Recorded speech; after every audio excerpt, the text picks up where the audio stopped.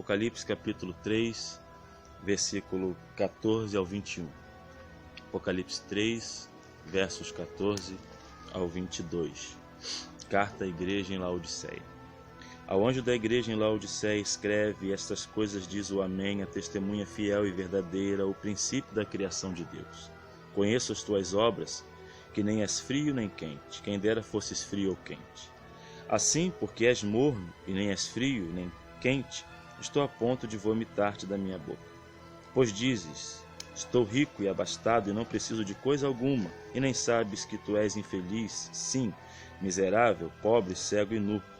Aconselho-te que de mim compres ouro refinado pelo fogo para te enriqueceres, vestiduras brancas para te vestires, a fim de que não seja manifesta a vergonha da tua nudez, e colírio para ungires os olhos, a fim de que vejas. Eu repreendo e disciplino a quantos amo. Sê, pois, zeloso e arrepende-te. Eis que estou à porta e bato. Se alguém ouvir a minha voz e abrir a porta, entrarei em sua casa e cearei com ele e ele comigo. Ao vencedor, dar-lhe-ei sentar-se comigo no meu trono, assim como também eu venci e me sentei com meu Pai no seu trono. Quem tem ouvidos, ouça o que o Espírito diz às igrejas. A carta à igreja de Laodiceia nos mostra um penoso diagnóstico da parte do Senhor Jesus. Nós observamos essa carta e passamos a olhar como é que o Senhor olha para nós e examina-nos de maneira minuciosa, com o fim de ver se de fato estamos vivendo a realidade da vida cristã. Laodiceia era uma cidade privilegiada do primeiro século, uma cidade rica, a maior produtora de lã preta, uma lã muito rara naquela época, e possuía a sua indústria de fabricação de roupas como destacada no Império Romano. Laodiceia era uma cidade que produzia roupas caras e abastecia as pessoas mais ricas do Império Romano, fazendo assim com que elas a procurassem com essa finalidade. Laodiceia também possuía o maior número de banqueiros residindo em sua cidade, homens que eram dotados de condições financeiras e que poderiam financiar construções e ter muito dinheiro em seu poder para administrar. Também em Laodiceia era conhecida a fabricação de colírio, e a indústria oftalmológica em Laodiceia era muito destacada e muitas pessoas recorriam à medicina de Laodiceia para tratar de problemas visuais. Laodiceia era uma cidade rica. No ano 60 houve um grande terremoto que destruiu Laodiceia e cidades vizinhas. E segundo os melhores relatos, somente Laodiceia se reconstruiu unicamente com seus próprios poderes econômicos. Não pediu nenhum auxílio do governo.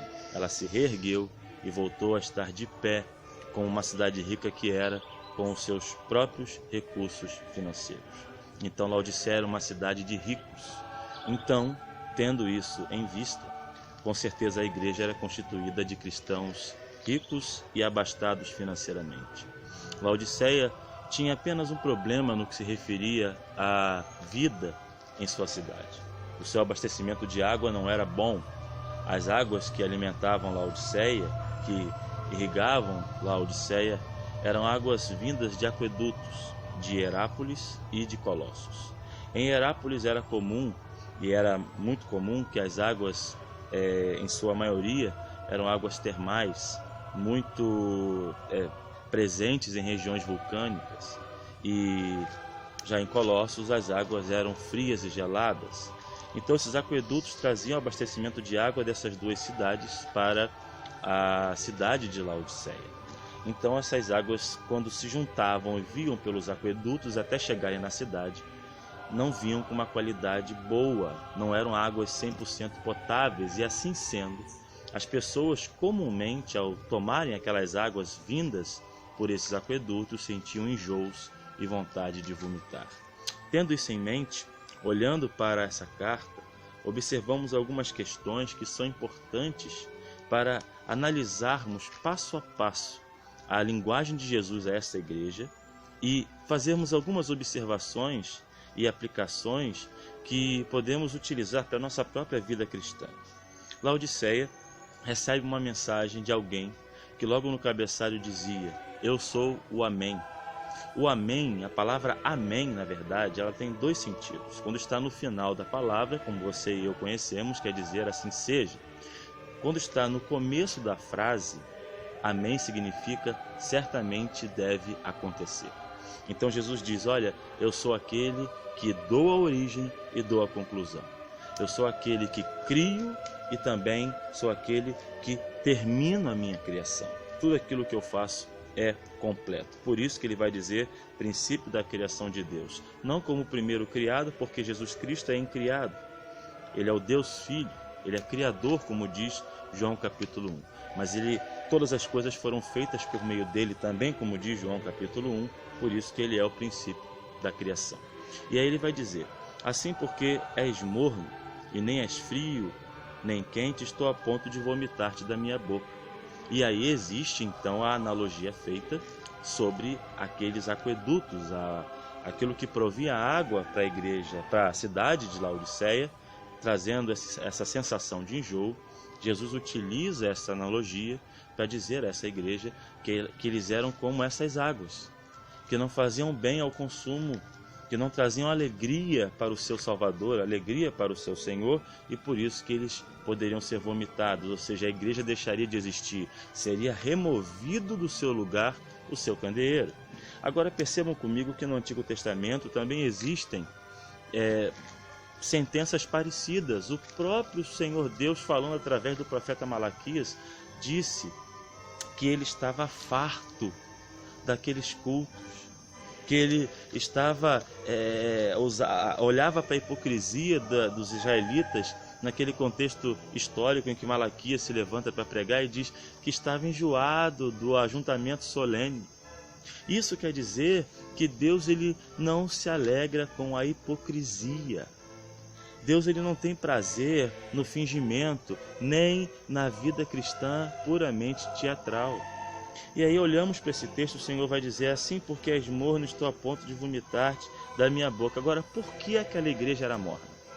Aonde está a origem dessa afirmação do Senhor Jesus? Porque aquela igreja, ela confiava em seu dinheiro, confiava em sua posição social, confiava em si mesma, dizendo: pois eu estou rico e abastado e não preciso de coisa alguma.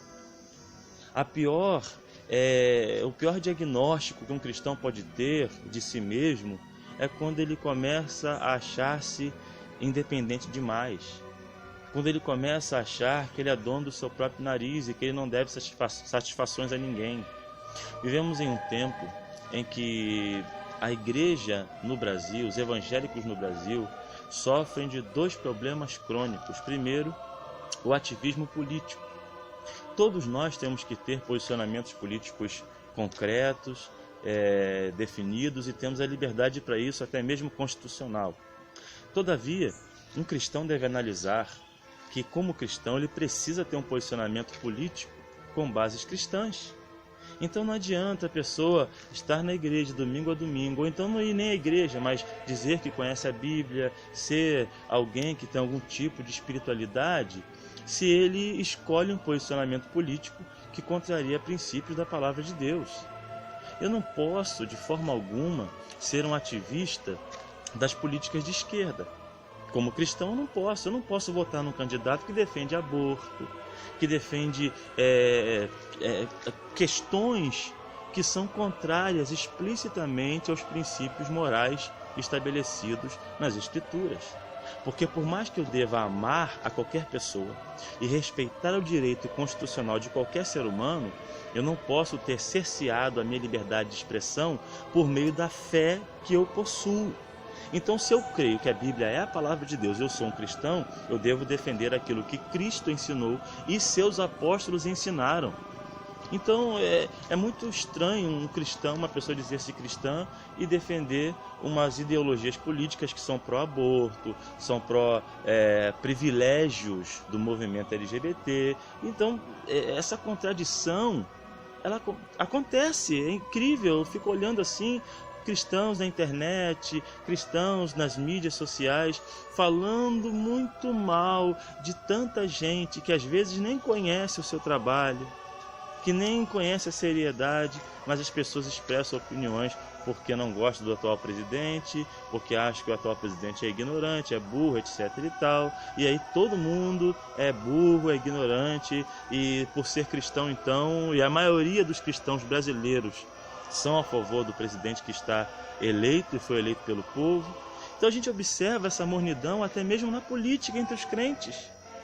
A gente observa essa mornidão. Tem muitos cristãos que preferiam ter elegido ateus, anticristãos, pessoas que defendem ideologias que a história prova que são anticristãs. A história prova onde que o comunismo conviveu com o cristianismo. O socialismo, já que comunismo é uma palavra que eles não querem mais que se utilize, aonde que o socialismo e os países socialistas totalitários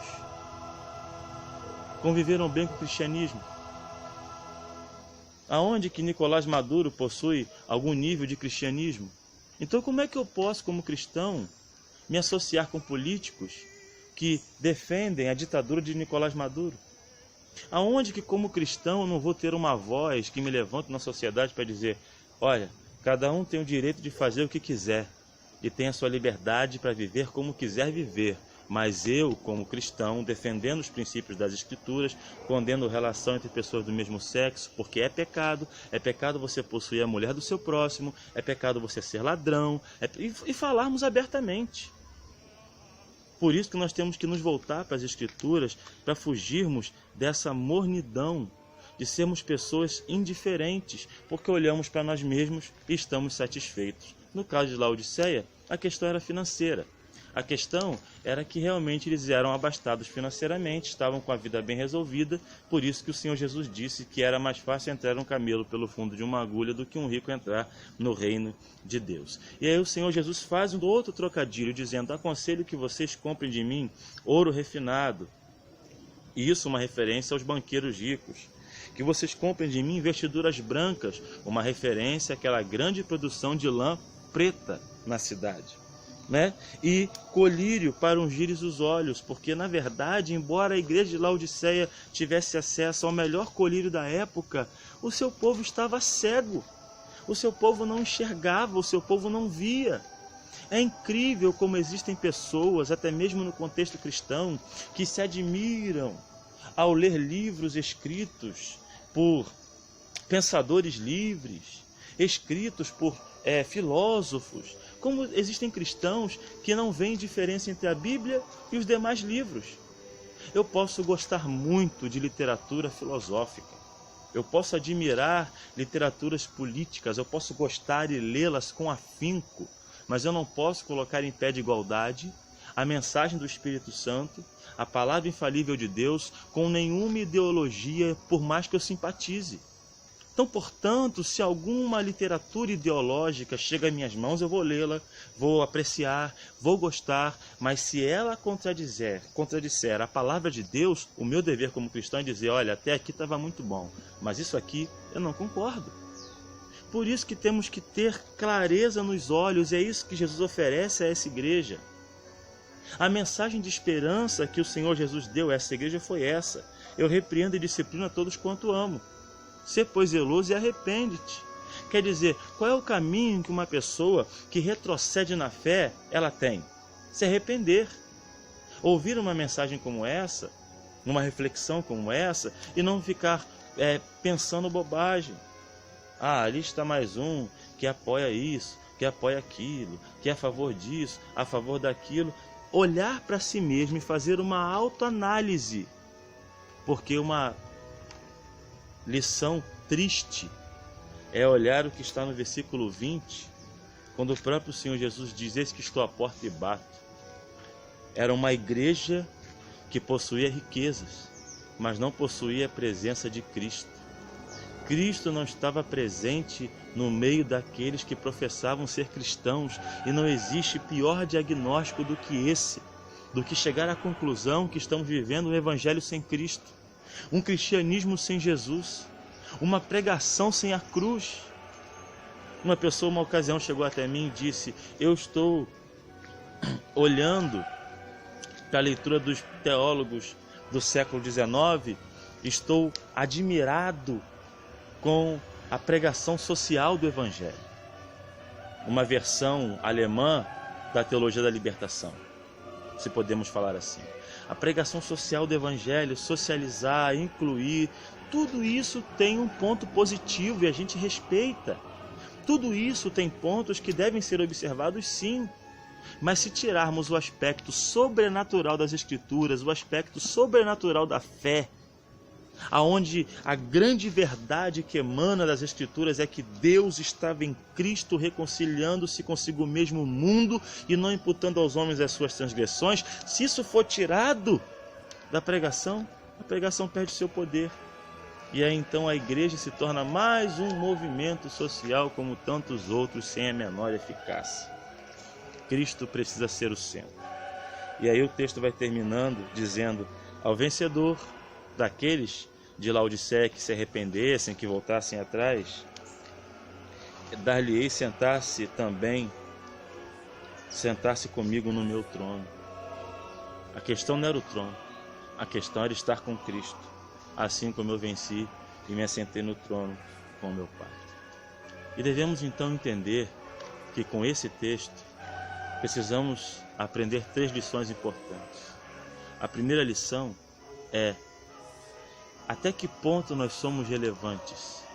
Até que ponto o nosso cristianismo é relevante? Até que ponto nós estamos apáticos e indiferentes à fé? Até que ponto eu e você estamos confiando demais naquilo que possuímos, na nossa inteligência, na nossa capacidade? Terceira verdade: estamos ouvindo o conselho de Jesus? Você e eu estamos prontos a nos arrependermos e voltarmos atrás, a fazermos um diagnóstico correto de nós? Olharmos para a nossa nudez, para a nossa pobreza, olharmos para a nossa infelicidade por sairmos fora do caminho de Deus? Ou perseveramos em continuar na ilusão, continuar seguindo a opinião dos homens em detrimento da opinião do Senhor Jesus? E o terceiro ponto que devemos aprender é que existe uma disciplina. A disciplina de Jesus, ela sempre está batendo a nossa porta. Jesus continua até o dia de hoje, não para a salvação, porque isso aqui é uma mensagem a uma igreja. Evangelizar com esse versículo é um equívoco hermenêutico. Uma igreja salva, uma igreja constituída de cristãos que possuíam salvos na sua comunidade, porém constitucionalmente estavam sem a presença de Deus. Professar a Cristo sem Cristo ser o seu Senhor.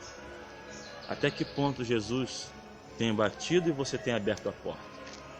Você tem ouvido a sua voz, atentado para a sua disciplina e recebido Cristo na sua casa, no seu coração?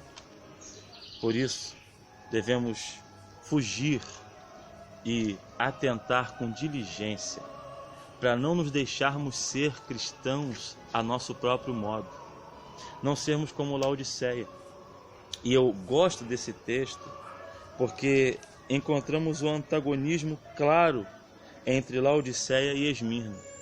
Enquanto a igreja em Esmirna era uma igreja pobre financeiramente, no entanto, ouviu do Senhor Jesus: tu és rico, Laodiceia era uma igreja que dizia a si mesmo: eu sou rica e abastada. E o Senhor Jesus diz: vocês são pobres. Esse antagonismo, essa diferença no que se refere à pobreza neste mundo e à riqueza espiritual, e nós podemos fazer uma comparação entre Esmirna e Laodiceia. Portanto, que fujamos de sermos uma igreja rica de dinheiro, rica de poder financeiro, porém pobre da presença de Jesus. Que olhemos para o exemplo de Laodiceia, o seu diagnóstico, e aprendamos a lição que ele tem a nos dar.